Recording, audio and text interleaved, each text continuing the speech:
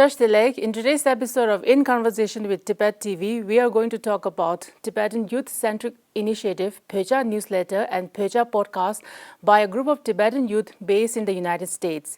Two of the co-founders, Tashi Jeshong and Tenzin Lodoe, is joining us today to tell us more about Bodja. Welcome to our program. Thank you. Thank you so much for having us. Okay, so to begin with, can you please introduce yourself and about the Bodja Initiative and why the name Bodja? My name is Tashi Jeshong, and currently I'm working as a consultant. I graduated from Virginia Tech studying computer science, and then why the name Bodja? I believe while Tibetans drink Bodja, they can or while the Tibetan youth drink Bodja, they can hear about the current events and interesting conversations that's happening around Tibetans and Tibet. Okay, and then Situbla. My name is Tenzin. I'm a fourth year at the University of Virginia studying global development. And I think the second reason why we had the name Bodja is because initially we did a Bodja newsletter where we summarize all the news. And then when would you usually read a newspaper? It's usually in the morning. And then, and hopefully you're enjoying reading your newspaper while enjoying a cup of Bodja. And it's fun. Okay, and with the Bodja Initiative, can you please tell us the roles and what is the main purpose and objective of starting Bodja? First, Situbla. Yeah, I think it started 2 years ago. We saw a big gap in our Tibetan community. I think a lot of the news outlets out there are all in Tibetan. So we really, us youths can really understand the information out there. And we have a saying at Bodja, information is identity. And then it was difficult for them to have input some sort of subtitle or make it easier for us young Tibetans to understand. So we said, why not us take action? And Tashi came along with the great idea of starting a newsletter, and we all loved the idea. Then a group of friends just started the initiative, and that's how it started. This question is for Tashi Jeshongla. Can you tell us what is a little more about Bodja Newsletter and what is the main focus in the newsletter? Tashila, you can go. So the purpose of Bodja Newsletter is it's still the purpose of Bodja, but two things was that first, it was to connect the younger generation of Tibetans with the events that's happening around Tibet, as well as events that's happening around Tibetan people. And a little bit more about details of the newsletter is that we have an email newsletter where in the email that every user gets every 2 weeks, there would be 5 sections, and 3 sections would be the top 3 news that would be happening around events of Tibetan and Tibetan people and Tibet and Tibet government that that Tibetan youngsters outside of India who may only speak English, they can understand what's going around with our country, with our culture, and essentially connect them with these kinds of events. And then the other 2 sections would be relatable content section as well, such as it could be Tibetan Buddhism, it could be Tibetan events that's happening locally in America or Europe. So those are a little bit more detailed of the Bodja. And then there was also Bodja trivia in the newsletter, as well as Word of Bodja, Word of the Week. So it was a 5-minute email reading newsletter that you could have in your inbox every other Monday. And that's a little bit more about the newsletter. All right.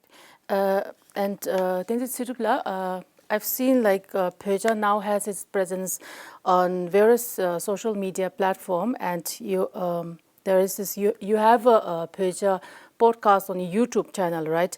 And you have been interviewing different Tibetans from different fields. And recently, while you are in Dharamshala, you have interviewed Sikyom Penpa La, and just recently you have interviewed the one student from Stanford.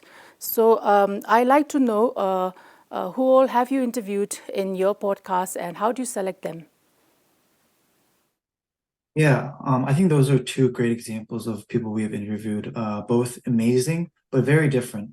Kung Seikyo has all this wisdom and experience where, Jinpa Sangmo, she is an incredibly intelligent human being, but someone that our age, the youth can resonate with and be inspired in a different way. We have also interviewed Shinbin Kim Sarla, our Tibetan film director, who's a great speaker and very inspirational in his own way as well. Some other people that we've interviewed that should come out soon is another student at Brown University in Ivy League who started their own sort of mentorship to help Tibetans in India come to the US for college and universities, helping them with their applications. Another one is we have an exclusive interview with Machik organization. So that will be coming out soon as well. And then we have also done interviews in Tibetan. There's a big demand for us to do interviews in Tibetan. We have done interview with Kumo Lobsan Jimbala, one of the secretaries of His Holiness, to talk about his stories as being the secretary of His Holiness, the importance and the legacy of His Holiness, and as well as what was like going back into Tibet, having those dialogues with the Chinese politicians and how to really learn the level of faith that the Tibetans had when he saw them, when he met them in back when he went to Tibet. So those are just a few examples, but so we have a very diverse set of people that we interview, and the way that we select it is like the first filter that we go through is, well, are they interesting? Is there a conversation that we want to have? Because naturally, if it's a person that we're interested in, the conversation will be better. It'll be more personable. So that's the main filter that we go through. But we decided as a group, we have suggestions here and there. Of course, I have suggestions, but we try to make that decision as a group, finding anybody with a diverse set of perspectives. We interview people from, on the topic ranging from like politics, policy, to all the way to entrepreneurship and starting a business. So it's not just one sort of topic. And I think that's why young people enjoy our podcast, because it's a little bit of Bodja for everyone. Wonderful. So how do you interact with Tibetan youth in our course through this initiative? This question is for both of you. Tashi, Jeshong, you can go first. I think one way, the most important way we interacted is through social media. Especially the younger generation of Tibetans, they use social media a lot. And so one of the main ways that we see there's a lot of engagement between Tibetan youths is that we have our YouTube podcast, which, has all of the 2-hour or it could be 1-hour conversation. And then we try to find tidbits, 1 minute, 2 minute tidbits within that episode that would be, number one, educational for them, that provides some value. And then number two, it's something fun for them that they can connect with. So I know that there was our biggest one that took off was the laughing episode with Terup and Tega and Yunde. And that one connected with thousands of Tibetans around the world, youngsters.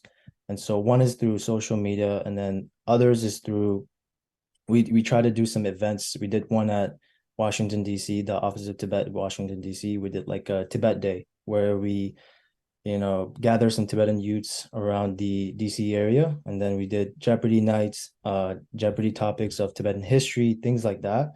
So those are two ways that we engage with the Tibetan youths through this initiative. And Tenzin. Yeah, I think as Dashi mentioned, our main platform is social media. Let's say Instagram. Not only do we have educational videos on there, but we have fun videos of us just being friends and spending time together. I think that is also very important to show. On face value, it might not seem important, but then if you think a little bit deeper, it's like we're showing an example of like Tibetans being together in a harmonious environment, being friends, the value of being friends with another Tibetan person, right? Having those shared experiences, I think, is something that connects with our young people. And I think we do a great job of that. because our audience, 80% of our audience is from the age of 18 to 35. So we're hitting our target demographic. I think we're doing a great job of that. So social media is one, but also in-person events, as Tashi said. I think those are very important. We try to have in-person events, whether it's in partnership with our local Tibetan community in Washington, D.C., or if it's with Tenzin, Office of Tibet, whatever it may be. I think in-person events are very important as well.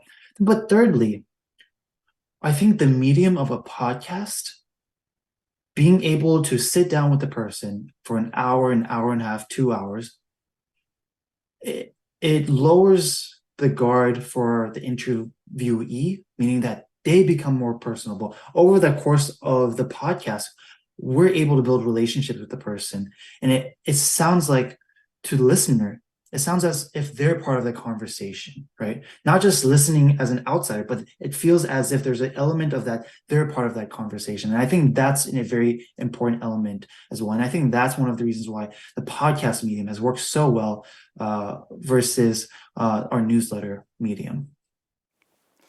You guys are doing a great work out there, reaching out to the Tibetan youth through this initiative, through podcasts and talking to Tibetans from different fields and talking like on the personal level, and mainly you're trying to like reach out to the youth and helping them. So I like to know this Bodja Initiative. It's a group initiative, right? You have some other people, students or young people like you, they're Tibetans working together for this initiative. So, as you have mentioned earlier, one of you, Tenzin, you are a student, and Tashi, Jeshong, you are currently working, and I'm sure the other your team members are also putting in effort and coming together to make this Bodja happen and the podcasts keep going.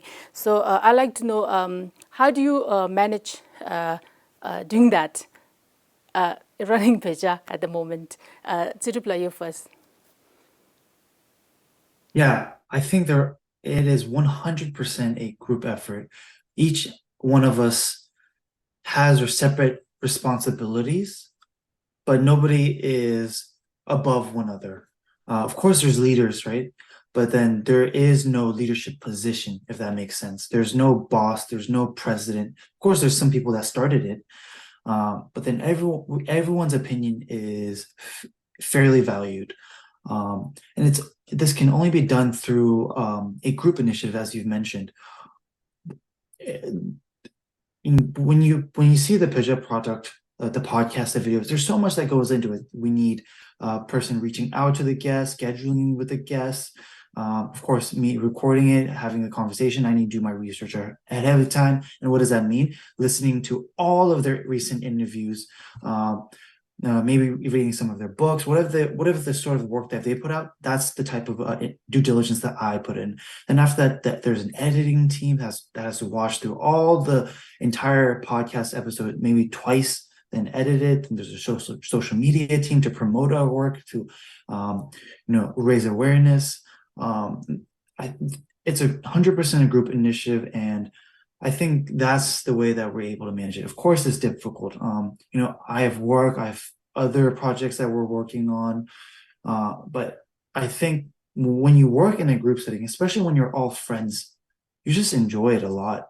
So it doesn't feel like work. It's actually one of the most exciting parts of my life right now. Of course, going to school is exciting, but doing Bodja podcast, talking with our group members during our meetings, and then talking, engaging with the guests, it is truly, I think, is the most meaningful and exciting part of my life right now. And I think if there's any sort of advice that I can give to the Tibetan youth, is that whatever it is, of course, take 100% advantage of any opportunity that is in front of you.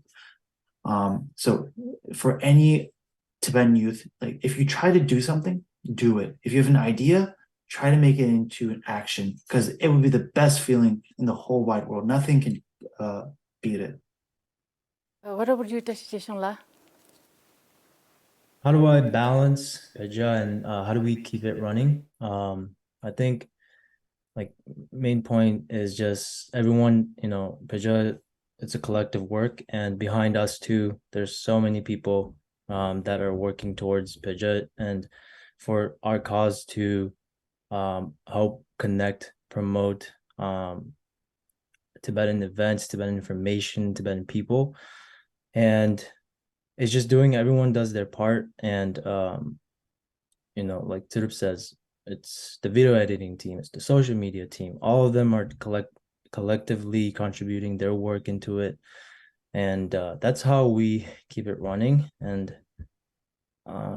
my message, if I had to give one message to the youth, it would just be, always trying to do one thing. It doesn't have to be big, or just do one thing for the Tibetan cause, and be proud to be Tibetan. There's no other culture like ours. There's no other religion like ours. There's no other people like ours. And be proud of being who you are. Be proud of being Tibetan, and do a little bit for the Tibetan cause outside. Okay, these are my questions, Tenzin and Tashi Jeshong for today's interview. I'm sure if we can sit and talk, we have a lot of more questions and we can stretch it to hours. But we have just this time for limited for this interview. But I really like to thank you both for coming to our program and giving us your time. And it was wonderful talking to you. And more power to the Bodja team, and best wishes from Tibettv. Thank you so much. Thank you so much, Bandala. Thank you for watching In Conversation with Tibettv, and see you all in the next episode.